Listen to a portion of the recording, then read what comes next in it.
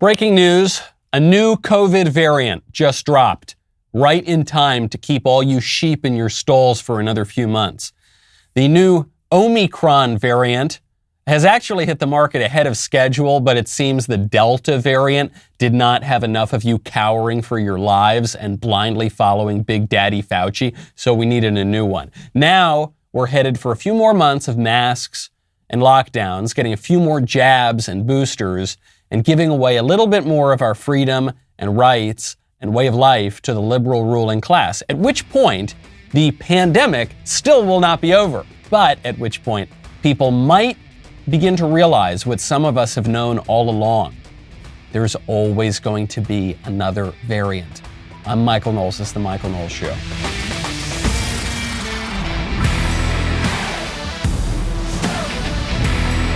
Welcome back to the show. My favorite comment from last Wednesday, oh my gosh, before Thanksgiving, was from Frank S., who says, Democrat 2022 midterm slogan, lower your expectations, bigot. Yeah, that's absolutely true. Now, a lot of people have a lot of big expectations heading into the Christmas season, which is why if you want to raise your expectations but lower the amount that you can expect to pay, I would strongly recommend you check out Pearl Source. There is nothing more classic and timeless than fine pearl jewelry. As a matter of fact, you know what I got sweet little Lisa for Christmas last year? Pearl jewelry. That's exactly what I did. And at the Pearl Source, you will get the highest quality pearl jewelry at up to 70% off retail prices. They cut out the middleman by eliminating those crazy jewelry store markups and sell directly to you, the consumer. At the Pearl Source, you will find the largest selection of pearls available anywhere, and each jewelry piece is custom made specifically for you. Now is the time to start shopping for the holiday season. Do not wait. The Pearl Source offers fast and free 2-day shipping on every order with zero contact delivery. Everything comes beautifully packaged in an elegant jewelry box, so it is ready to be given as a gift. I love it. I love the way pearls look. I think they make a really elegant, wonderful gift. For a limited time, listeners to my show can take 20% off your entire order. Do not wait until it's too late to do your holiday shopping. Go to thepearlsource.com/Knowles, Knowles. Enter promo code Knowles at checkout for 20% off your entire order. If you want fine pearl jewelry at the best prices online, go straight to the source, the Pearl Source. That is thepearlsource.com/Knowles, Knowles. Enter promo code Knowles, Knowles at checkout.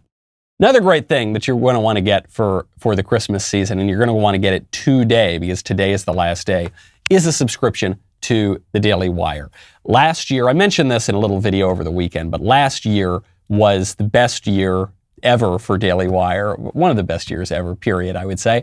Amid all the difficulty and the struggle and all the libs trying to shut us down, we got to fight back, and we got to fight back because of you, because of your memberships. We got to uncancel actors who the libs tried to cancel, like Gina Carano. Disney tries to cancel Gina Carano. We say, we love Gina Carano. We're going to make a movie with her. We can do that because of your money. That's why, because you are joining the fight with us. You are literally joining in, becoming members. We can do that. We can push back in that culture. We can engage in investigative journalism. Probably flipped a governorship in Virginia. The libs have all the investigative journalists just about. The right is usually reacting to liberal outlets like the New York Times and the Washington Post. Well, what happens when we do our own work? What happens when we uncover our own stories? It exposes a lot of corruption on the left. Sometimes it can flip a seat. We have been obviously getting a lot more into entertainment. We got this new show coming out, or just came out, I guess, with Adam Carolla. We are fighting the Biden administration. We're the lead plaintiffs in this case, pushing back against the mandatory Fauci ouchie and making a lot of headway. We can only do that because of you. Today is the last day to get our best sale ever, to my knowledge, 50% off the membership. That's with code DW50, dailywire.com/subscribe, code DW50. You're going to want to subscribe now before the Omicron shuts down the world. The Omicron is upon us. You've all got to hide and cower in fear. Why is the variant called the Omicron variant? It's a Greek letter. So the only ones that I remember were the OG COVID, and then there was the Delta, and then now there's the Omicron. But it turns out there have been a number of other variants too. They just haven't been as popular. You know, they haven't made the Billboard top top 100. So there were all these different variants. The next variant that was supposed to be up was the new variant, NU, followed by the Xi variant, XI. But the World Health Organization skipped over those two variants. And then they moved right on to the Omicron. Why is that? Well, the Xi variant is spelled just like the name of the leader of China. And they don't want to point out that it's China's fault that we have the virus in the first place. So, and the World Health Organization has admitted this, by the way. This is not some, ridiculous conspiracy theory or something like that. They're actually coming out and saying, no, because new sounds a little bit like new, and Xi rather, that's a very common last name, also happens to be the last name of the leader of China. So, we're just going to skip that because of xenophobia or whatever. We're going to move right on to Omicron. So a lot of conservatives right now are saying, hey, this is BS. We got to call it the Xi variant, the Xi variant. We've got to point out that it's all China's fault. Yes, it is. It is all China's fault. But I actually think this is a bad path to go down for conservatives. I actually think this kind of blind jingoism is not smart for conservatives. Because yes, while it's all China's fault and the liberal establishment is covering that up, it's also Fauci's fault, okay? It's also the fault of the global technocratic public health elite, okay? Dr. Fauci and the NIH were funding the research in China that led to the breakout of this virus, all right? They were funding gain-of-function research in Wuhan. And then Dr. Fauci perjured himself about that, and then documents revealed that they actually were funding that. And they're still denying that it had anything to do with the virus, and the origins of the virus are murky, but every day they seem to get a little bit clearer, okay? So yes, we can all make fun. Yes, this is China's fault. Yes, it's Xi Jinping's fault.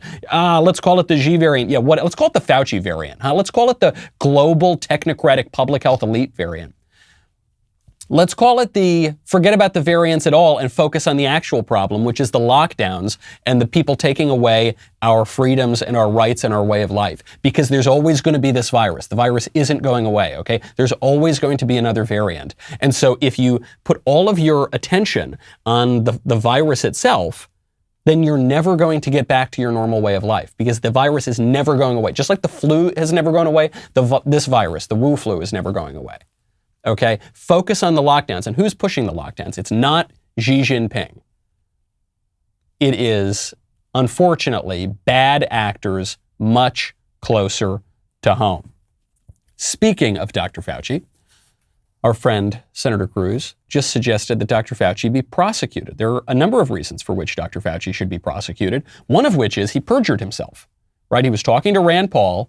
Rand Paul said, Dr. Fauci, did you ever fund gain-of-function research in China? And Dr. Fauci said, Senator Paul, we have never, ever once funded any single penny of gain-of-function research, and if we did, it was totally fine. And so he hedged his bets. He spoke out of two sides of his mouth. He gave contradictory answers in the same breath, and then it turned out, no, actually, they did fund gain-of-function research. Rand Paul had him dead to rights.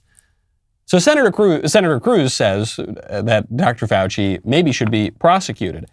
Well, Dr. Fauci just punched back and said, I should be prosecuted, Senator. Cruz told the Attorney General you should be prosecuted. Yeah. I'd have to laugh at that. I should be prosecuted. What happened on January 6th, Senator? What happened on January 6th? Do you see what he's saying here? The clear suggestion is that because Ted Cruz raised objections to the way that the electoral votes were being counted and suggested a pause to create an electoral commission like we have done before in American history because of the many irregularities and rule changes and outright illegal practices in the 2020 election, because a sitting elected United States senator proposed a procedure on the floor of the United States Senate that he should be prosecuted for that. Do you realize how backwards that is? Do you realize how deeply anti-constitutional and anti-American that is? This unelected twerp, Dr. Fauci, This guy who has now gone through 7 United States presidents, highest paid employee of the federal government, who has perjured himself, in my view, who has helped to not just lock down Americans for 18 months, but actually encouraged and funded the kind of research that led to this pandemic in the first place. Dr. Fauci is saying that if an elected United States senator debates a political issue on the floor of the Senate, he should go to jail. That is some scary stuff. You know, the left and the right get a little hyperbolic sometimes when we talk about tyranny and the subversion of democracy, and, you know, everyone does this. What Dr. Fauci is doing here is about as clear an example of that as is possible. He is a totally unaccountable, totally unelected bureaucrat who is suggesting that we prosecute and jail a U.S. senator for proposing an election procedure that we've already done in American history. It's not even an unprecedented election procedure. For suggesting a political measure on the floor of the United States Senate. This guy might be the single most power-hungry, power-mad jerk in the United States. Speaking of Congress, got to get to Lauren Boebert. Lauren Boebert is a firebrand conservative member of Congress. I think freshman member of Congress. And Lauren was at a fundraiser of some sort, and she made a joke about Ilhan Omar being a terrorist. I was getting into an elevator with one of my staffers, and he and I were leaving the Capitol. We're going back to my office, and we get in the elevator, and I see a Capitol police officer running hurriedly to the elevator. I see fret all over his face, and he's reaching, and I'm like, what? I can't, the door's shutting. Like, I can't open it. Like, what's happening? I look to my left, and there she is. Ilhan Omar. Oops. And I said, well, she doesn't have a backpack. We should be fine.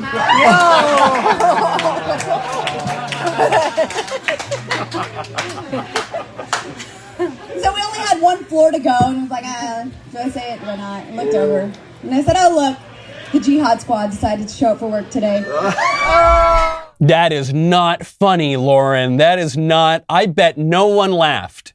No one laughed hearing that joke, right? Not except every single one of you laughed, right? You all, at least you chuckled. But you're not allowed to do, that's wrong. Ilhan Omar, what? Just because she has openly giggled over major acts of terrorism and terror groups, Ilhan Omar, just because of that, you think that you can suggest that she herself is a terrorist? That's awful. The left would never do that. The left would never call conservatives terrorists or insurrectionists or white supremacists or neo-Nazis or, they do all of that all the time, right? And they face no consequences for it whatsoever. But Lauren made a joke, and that, you're not allowed to do that. You're not allowed to joke if you're a conservative. And of course, the squishes. Made sure they got their nice pearls on, and they just clutched them. The minute Lauren made her joke, they just clutched them as hard as they possibly could. You know, and that can put a lot of strain on your muscles and on your back, which is why you should check out X-Chair. How about a gift that keeps on giving you joy and comfort every day, all year long, all throughout the day? A gift that looks as good as it feels, and a gift that will actually pay for itself in terms of how much more productive you will be at work. I'm talking about giving yourself the gift of an X-Chair. I love my X-Chair. It is by far the most advanced, shocking, ergonomic chair I have ever used, and it is probably the coolest looking piece of furniture around this joint. Not only is X-Chair the world's greatest office chair, but with its patented LMAX technology, it doubles, I'm not joking, as a massage chair and can either cool or warm your back. Yes, you can get a massage at the office without worrying about HR coming and knocking on your door. Here is X-Chair's holiday gift to you. Save $100 off your X-Chair just by purchasing it at xchairknowles.com right now. That is the letter X, chair, Knowles, Knowles.com. X-Chair has a 30-day guarantee of complete comfort. You can finance your purchase for as little as $30 a month. Go to xchairknowles.com and save, what's that URL? xchairknowles.com. So Lauren Boebert, freshman Republican member of Congress, makes this joke and says she saw a cop running at her. She sees Ilhan next to her. She said, "Don't worry, she doesn't have a backpack on." Ha ha ha. Oh no, you can't make that joke. So Ilhan Omar seized upon this controversy and tweeted out, quote, "Saying I am a suicide bomber is no laughing matter."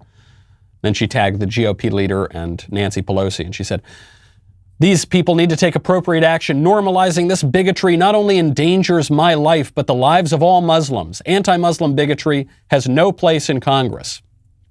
Okay, so the claim here, the premise of Ilhan Omar saying that we got to boot out Lauren Boebert is saying I'm a suicide bomber is no laughing matter, which reminded me of that time that Ilhan Omar was caught on video literally laughing over suicide bombers.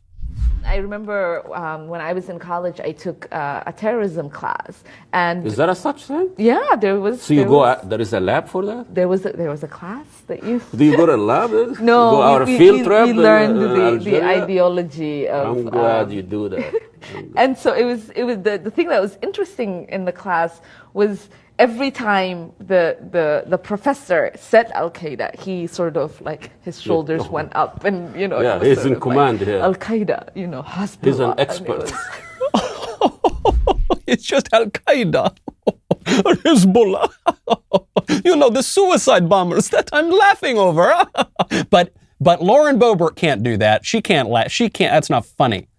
That's not funny. So it's total BS. Ilhan Omar can go pound sand.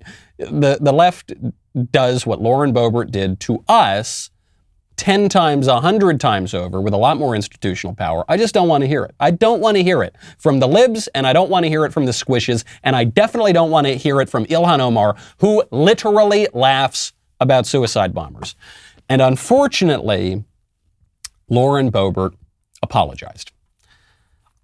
Here is her apology, quote, "I apologize to anyone in the Muslim community I offended with my comment about Representative Omar. I've reached out to her office to speak with her directly. There are plenty of policy differences to focus on without this unnecessary distraction."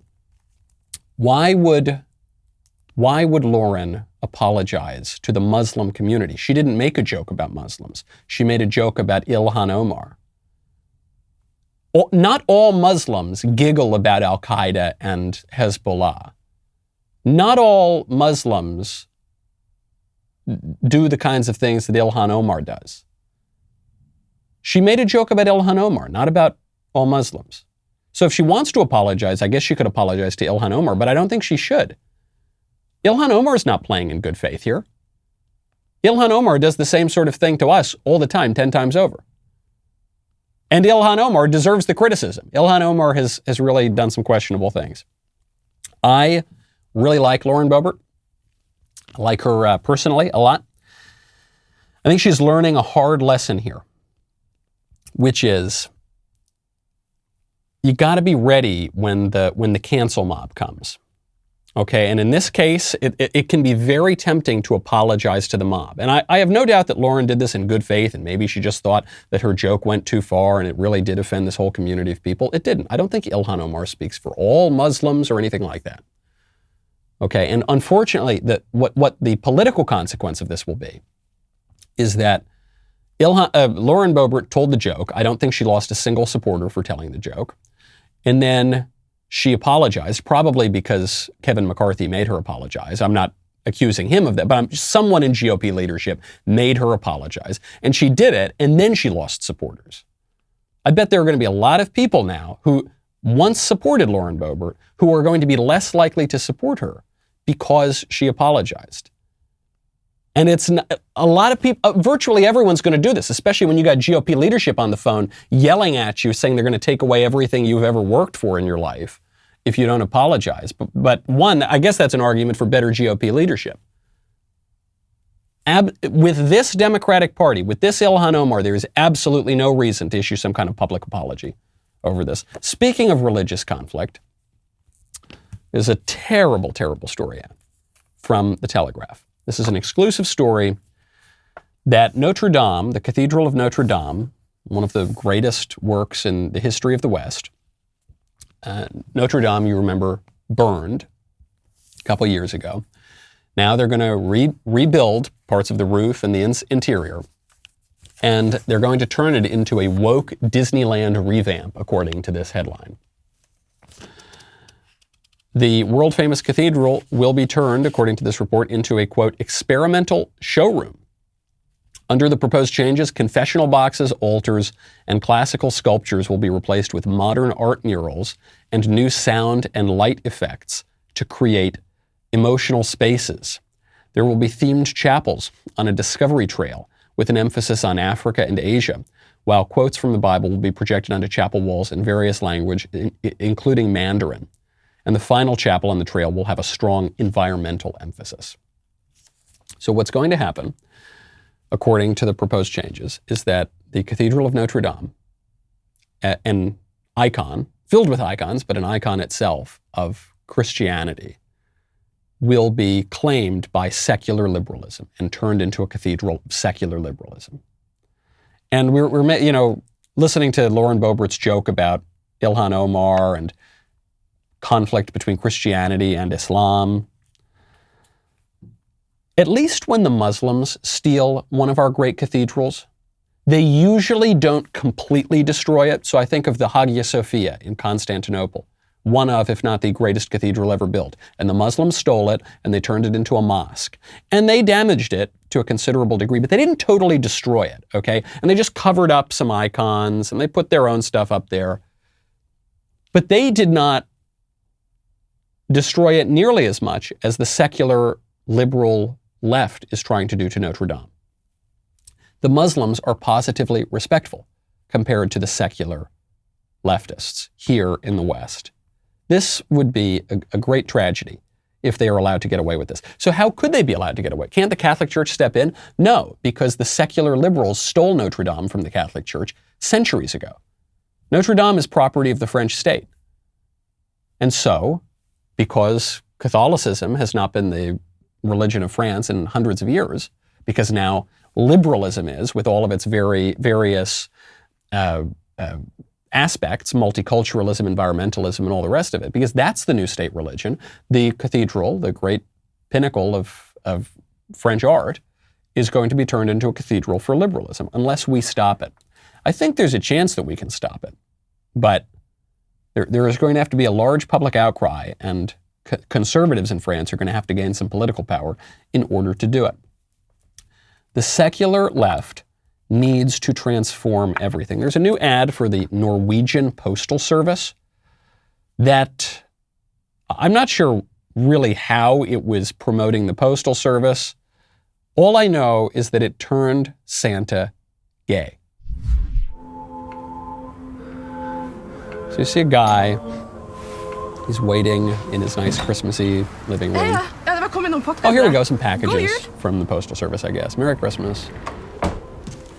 He walks back into the living room. There's Santa. Vi fikk tak i litt assistanse I år. Well, I arranged some help jeg kan this være year, sammen med deg. so I can be with you, says Santa. And then there's this guy, and he's looking at Santa in a kind of strange way. Walks up to Santa. And are they gonna, wait a second, are they, no, not Santa Claus.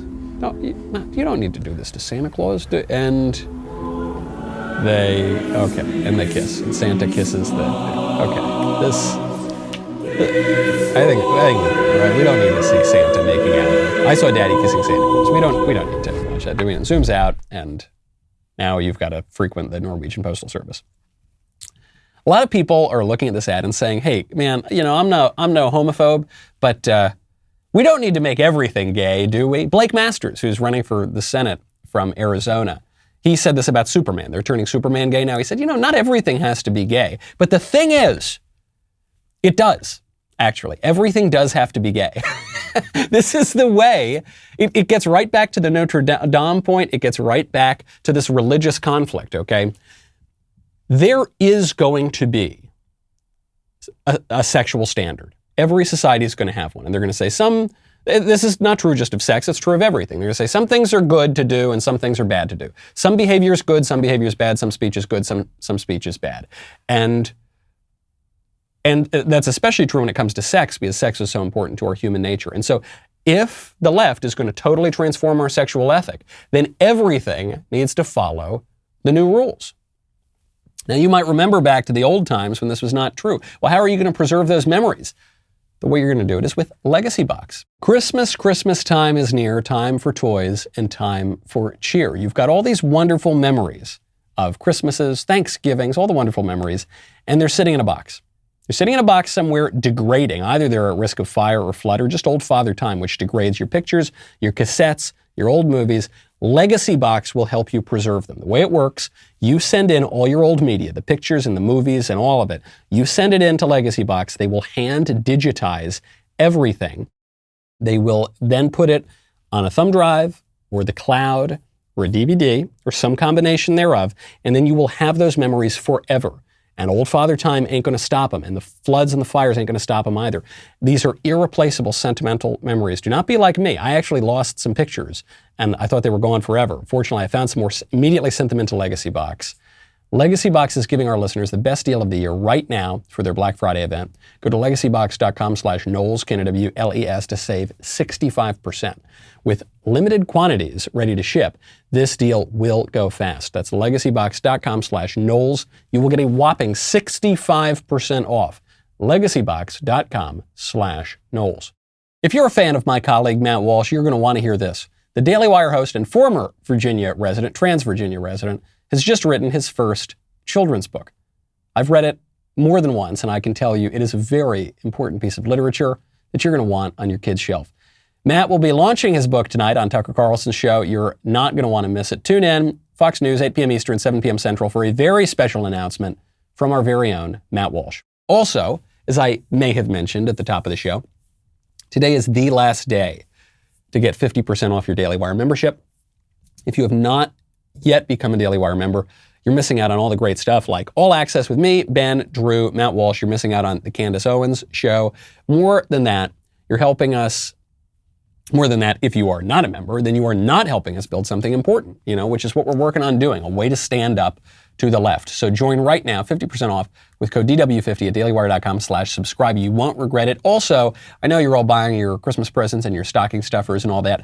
I would strongly recommend 2 #1 selling books. One was the #1 book on Amazon for a week and a half. It continues to sell like hotcakes. It is the gift of knowledge that you can give all your Democrat friends and relatives. It is called Reasons to Vote for Democrats, a Comprehensive Guide, which President Donald Trump hailed as a great book for your reading enjoyment. The other one is my #1 national best-selling book from this year. It's called Speechless, Controlling Words, Controlling Minds.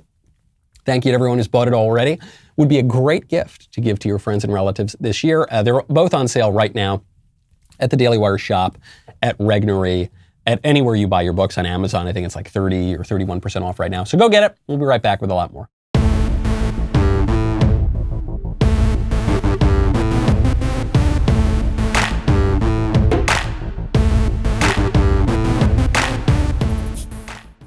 Welcome back to the show. The Norwegians turned Santa gay. And they sort of have to. They have to. Superman has to go gay. And I think the libertarian idea is, look, we don't really need any rules. You do you, I'll do me. You don't push your views on me and I won't push my views on you and we'll all just get along. But that's not how society works. Society has views.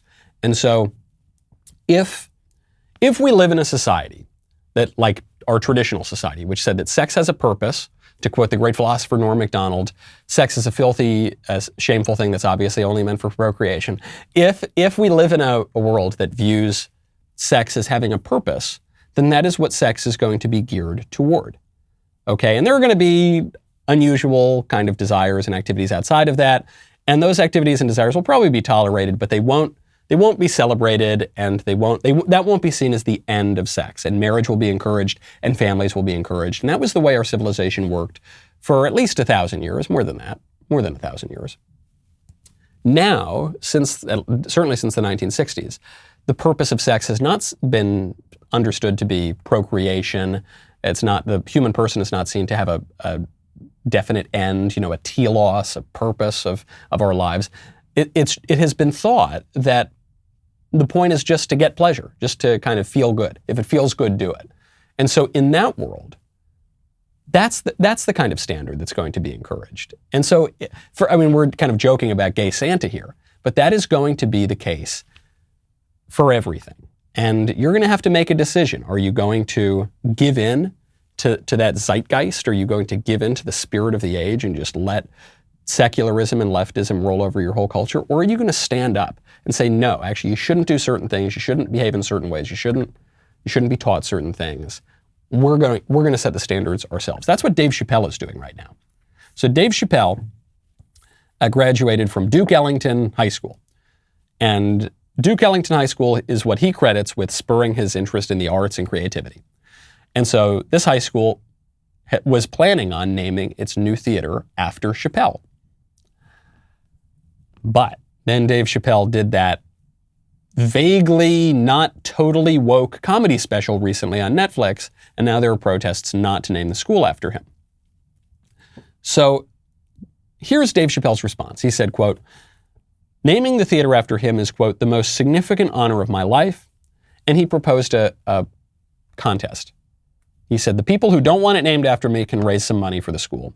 I'm going to raise some money for the school, and the people who do want it named after me or who are neutral. And whichever one raises more money, their way goes. It says, whichever opinion donates the highest collective dollar amount wins. If by April those against the Chappelle Theater exceed the donations of those who are neutral or in favor of the theater being named Chappelle, I will gladly step aside. If not, I will happily attend the naming ceremony. And if you don't care enough to donate, please shut the F up forever. Dave. And this is a great way to do it because no matter which side wins, the school is going to get more donations. So I think it's a classy way to do it. But this is also the way to engage in the culture. I think the squish attitude, which has been the attitude of many people on the right for a couple of decades, has been, let them have it. They want it, let them have it. You don't want the school named after me? Okay, fine. I don't need your school named after me or your theater named after me. Okay, hey, you want to do your own thing? You do your own thing, I'll do my own thing. It's fine. Who cares? You do you. That's not what Dave's doing. Dave is saying, no, you are going to sit in my theater, the Dave Chappelle Theater. I'm not going to let you have it. I'm not going to let you do whatever you want. I'm not going to let you have your own way. I am going to force my will upon you because my will happens to be more in accord with logic and reason and things that are good, and your awful cancel culture, woke, leftist, use whatever term you want, your desires are bad, and so I'm going to stop your desires, I'm going to push my desires and deal with it. Deal with it, buddy. That's the right attitude. That's the attitude that the right needs to have. There is no way to have a society in which we don't hold certain beliefs about what is good or what is freedom or what is equality or what we should be pursuing, right? Some view is always going to predominate. And so it's either going to be ours or it's going to be the other guys. Do you want it to be the other guys? Do you want it to be the crazy radical left that wants to destroy everything you cherish? Or not? The Cathedral of Notre Dame, it's either going to be a Christian cathedral or it's going to be a secular liberal cathedral. Or it's going to be a mosque, but it's going to be something. It can't be nothing. There's no neutrality. All right, you got to pick. And I love that Dave is saying, no, you don't get my theater. You don't get my theater, Buster. And I don't think that we should allow the left to have our communities or our states or our families or our nation. Look at what Ron DeSantis is doing right now in Florida. The left has been trying to undermine our way of life, especially getting back to the Omicron and the forever lockdown. The worst part of the 15 days to slow the spread is the first 18 months, they say. They've been trying to run roughshod over our way of life. And a lot of conservatives have kind of rolled over. And they said, well, the experts say so. And even the ones who don't go along with the experts, they'll go along with the corporations. Say, well, but the free market says that a handful of woke multinational corporations get to do whatever they want, no matter what my way of life or preferences or political tradition. So what Ron DeSantis has done is he said, no. Oh, Disney, you want to have a vaccine mandate in Disney World in Florida? No, you can't. We're not going to let you do that. We're going to wield the power of the state, which I am now currently embodying, Ron DeSantis, because the people of Florida elected me. I am going to channel their political will, and I'm going to say no. And I'm going to use my judgment, because that's why they put me into office, and I'm going to say no, you stupid woke corporation. You don't get to do that. Tough luck. but it's our right under the free market and the weak companies can do. No, you can't do whatever you want because I'm the governor and I say you can't. So what are you going to do about it? And you know what they're going to do? They're going to back down. That's what they just did. Disney has paused its COVID-19 vaccine mandate for workers at the Walt Disney World theme park. That's the one in Florida.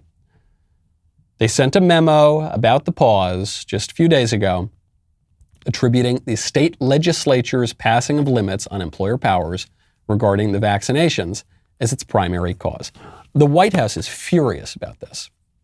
Jen Psaki was asked about it, and she said, well, DeSantis is taking step backwards, and he's not governing the way he should on the virus. Ron DeSantis has the best record of any governor in the country on coronavirus. Remember, while they were pillaring Ron DeSantis, they were exalting Andrew Cuomo in New York. And then what happened? It turned out Cuomo was killing senior citizens and getting up to some other activities, and Ron DeSantis' record was stellar on the virus. And now the White House is crying. They're like that meme of the guy with the tears pouring. They're saying, no, you can't wield the power of the state to stop our woke corporations. Yes, we can. Sorry. Yes, we can. And that's exactly what we're going to do. And that's the only way. That is the only way that we are ever going to stop the steady march of leftism. Conservatives would not have such a hard time winning if they would just get out of their own way. Okay, here's a story out of New York, very sad story. New York City man was out on bail for possession of an illegal firearm. He was on parole for a prior gun crime conviction. And you know what he did over the past few days? He walked up to a random 13-year-old boy and shot him in the neck. This is a guy who should not have been out of jail. He should not have been out of jail on bail for the most recent. He actually shouldn't have been out of jail even to be able to go back into jail to get out of jail because he should have still been in jail from the past conviction. And the guy was out of jail, and so he shoots a 13-year-old boy in the neck. Here's the New York City police officer describing what happened. Now, the individual that was taken into custody, it's got to be noted here.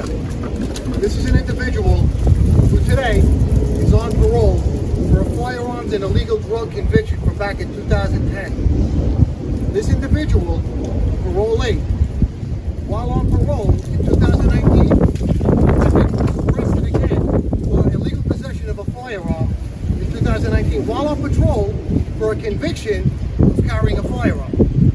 On that charge in 2019, he gets indicted on that gun, and he bails out. So this individual today is on the street while on parole, while for a firearm, while out on bail on another firearm, and today he's walking around the Bronx with the firearm. And we have a 13-year-old boy shot in the neck, and for the grace of God, he's alive here today. If Republicans want to win elections, they can just run on that. Okay, here's the big, I'm not exactly Metternich, okay? I don't consider myself the greatest political philosopher of all time, but maybe relative to the knuckleheads running the show today, maybe I am. Because what I would run on, if I were advising a political campaign, is put the bad guys in prison. There are bad guys out there who are shooting your kids through the neck, and we're going to arrest them and keep them in prison for a very long time. You know, the Republicans always talk about how they have trouble winning over the women vote, the suburban women voters. You know what suburban women love? When bad guys aren't shooting their kids through the neck. You know what suburban women love? Law and order and safety. So why don't are Republicans running on that? No, they're not. You know what they're running on? Criminal justice reform, like a bunch of dummies.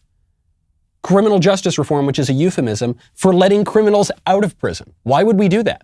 Crime is spiking. It's going through the roof. And they're talking about over-incarceration. When crime is going through the roof, that means you have under-incarceration. You don't have enough criminals in jail. Why are we doing this? It is because of the squishes and the libertarians. I'm sorry to say. I like my libertarian friends very much. But that is the faction of the right that is pushing letting criminals out of prison or reducing sentences or legalizing certain drugs or legalizing certain offenses. That's the weak on crime portion of the right has a disproportionate influence, and it has been electorally a disaster for us. And so what we need, that group, the hyper-libertarian group that wants to legalize everything and let all the criminals out of prison, they have no constituency. Nobody votes for that. If you look at the political compass quiz of, are you in the bottom left or the top right or the whatever, nobody is in that quadrant. Certainly the Republican base is not in that quadrant. Certainly the suburban mothers are not in that quadrant. Run on getting tough on, I can't believe, even Trump, who's a really tough guy, he did a great job in many ways. Even he pushed the jailbreak bill. That's the kind of currency that this has in the leadership of the Republican Party. And that is how divorced the leadership of the Republican Party is from the actual Republican base. And forget just the Republicans, from actually just the regular old American people. These Republicans cannot win for losing. They can't help but clutch defeat from the jaws of victory. Speaking of crime, there is new information out from the legacy establishment media on the cause of that horrific crime that took place in Waukesha, Wisconsin. You remember the scenes? Dozens and dozens of people injured, 6 people killed, including a little boy. Lots of senior citizen women injured and killed, for that matter. So the Washington Post has a tweet out about this attack. Quote, "Here's what we know so far on the sequence of events that led to the Waukesha tragedy caused by an SUV." Those damn SUVs. Those psychopathic SUVs. Those hate-filled, malevolent SUVs. CNN says, quote, "Waukesha will hold a moment of silence today, marking 1 week since a car drove through a city Christmas parade, killing 6 people and injuring scores of others. A car drove. Unless we're talking about a Tesla, cars don't drive. People drive cars. So the car, what did the car drive? Maybe it was a Tesla driving an SUV. Maybe that's what happened. Wikipedia had an entry for the, quote, 2021 Waukesha Christmas parade car crash. Oops, just a car crash, like someone ran a red light. They had another article for a 2021 Waukesha Christmas parade incident. It was just an incident. No, it was an attack. It was an attack by a reported black nationalist, a radical leftist, a BLM supporter who hated white people, who hated Jews, which we'll get into. We've got now his social media history. He had a political motivation and he attacked civilians. And it would appear that there might have been some relationship between those two things. He was a violent thug criminal. He was not an SUV. The New York Post has a report out on the Waukesha killer. Turns out he really didn't like white people. Lots of pro-BLM posts, a lot of pro-Black Lives Matter. He was a mostly peaceful mass murderer. Here is just some of the posts. Quote, "So when we start back," by the way, good luck translating this into English, but I'm just reading verbatim. "So when we start back knocking white people TF out, I wanna hear it. The old white people too, knock dem TF out, period." Okay, I think I vaguely can interpret that. Next one, "Hitler knew who the real Jews were. The Negroes are the true Hebrews." So this is a line that has been pushed by various black nationalist groups, including the Hebrew Israelites. Or I think Nation of Islam pushes the same kind of thing. This is the group, you'll remember, or maybe you won't if you were only reading the establishment media, when Nicholas Sandmann, the smiling kid in the MAGA hat at the Lincoln Monument, when he was being accosted by that lunatic Native American guy, there was a group of black nationalists screaming slurs at him. They were part of the Hebrew Israelites. If you've ever lived in New York or Washington, D.C., you've probably run into these guys at a certain point. They believe that the Jews are evil and they're like the fake Jews and that black people are the real Jews. And I guess this guy was part of that. This guy said that World War III would start when people learned Hitler was right and did the world a favor by killing Jews. And you are not going to hear this from establishment media outlets. You're going to hear it on my show and I guess in the New York Post, maybe from a handful of other places, maybe. You're not going to hear it from CNN or NBC or ABC or any of the others. The reason I bring it up is not just because of what a bad guy this guy is. It's not even just because of what bad, irresponsible media outlets the New York Times and Washington Post and ABC and NBC and all those guys are. Part of the reason I bring it up is because it shows you that privilege and oppression do not work in the way that we are told that they work. Right? We are told that white people and men, and certainly white men, and certainly straight white men, oh my gosh, straight white men are the most privileged people in the world who get away with whatever they want to get away with and face no adversity whatsoever. And they are oppressors who get to do whatever they want. We are told that black people and Hispanic people and other kinds of people and women and homosexuals and any other group, any marginalized group, they have no privilege. They are oppressed and pushed to the margins, right? They're marginalized, and they can't really do anything because of that evil straight white man. And yet, when a straight white guy acts in self-defense against a mother beater and a pedophile who are trying to murder him in Kenosha, Wisconsin, he is lynched by the public opinion mob and put on trial and very nearly loses his entire life. When a black guy, when a black career criminal who is a black nationalist, who hates white people, who hates Jews, drives a car and injures dozens of people and kills half a dozen people, you don't really hear about it. That's privilege, right?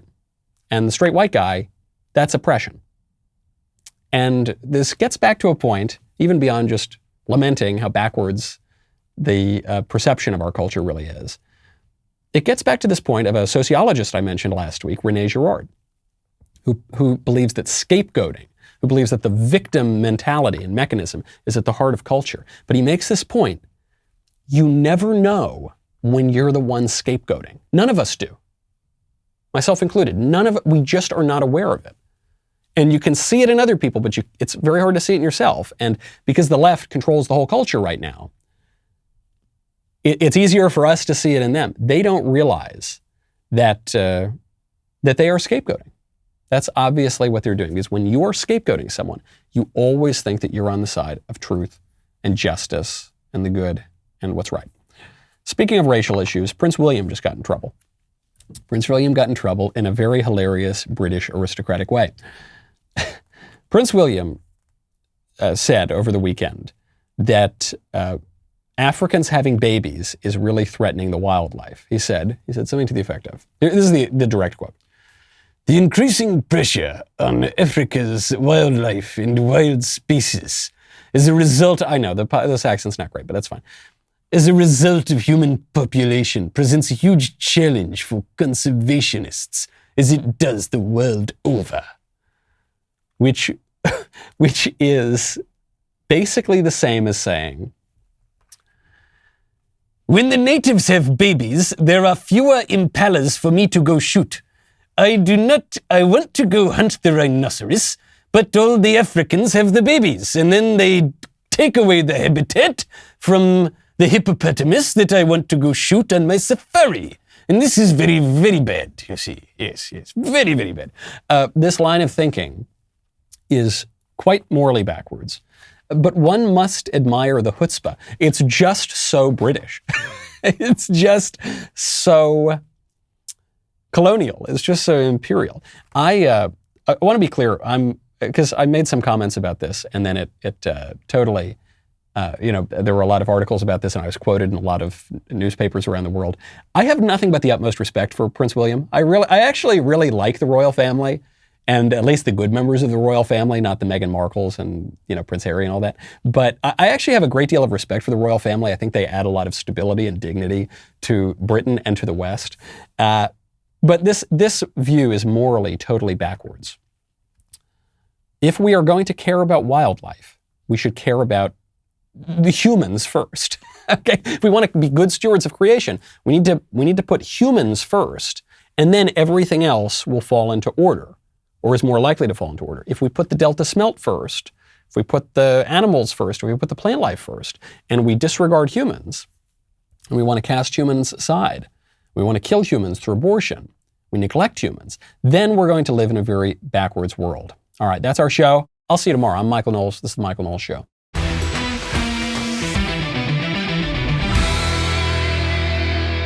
The Michael Knowles Show is produced by Ben Davies. Executive producer, Jeremy Boring. Our technical director is Austin Stevens. Supervising producer, Mathis Glover. Production manager, Pavel Vidovsky.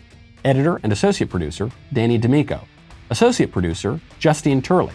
Audio mixer, Mike Coromina. And hair and makeup by Cherokee Hart. The Michael Knowles Show is a Daily Wire production. Copyright Daily Wire 2021. On the Matt Walsh Show, we talk about the things that matter, real issues that affect you, your family, our country, not just politics, but culture, faith, current events, all the fundamentals. If they matter to you, come check out the show.